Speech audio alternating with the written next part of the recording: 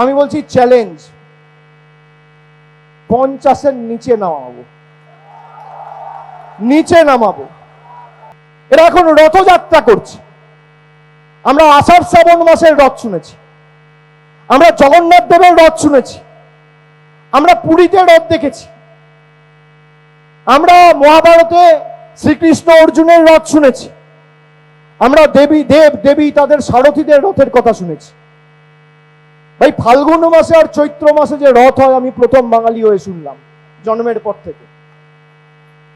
রথযাত্রা মানে মাটিতে পাই পড়ছে না, মাটিতে পাই পড়ছে না। বিজেপির জমিদাররা চড়বে রথে, আর বঙ্গবাসী মমতা ব্যানার্জির নেতৃত্বে থাকবে বাংলার পথে। তারা চড়বে রথে, আমরা থাকবো পথে। তোমরা রথে চড়ো, রথযাত্রার ছবি দেখছেন,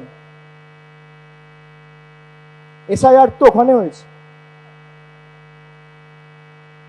বাঙালিকে টর্চার করতে গিয়ে যে কটা ওই চায়ের দোকানে বা জেসিবি দিয়ে মাটি কাটার সময় যে 2-4-5টা লোক দাঁড়াতো, সেই 5-7টা লোকও বিজেপির সবাই নেই।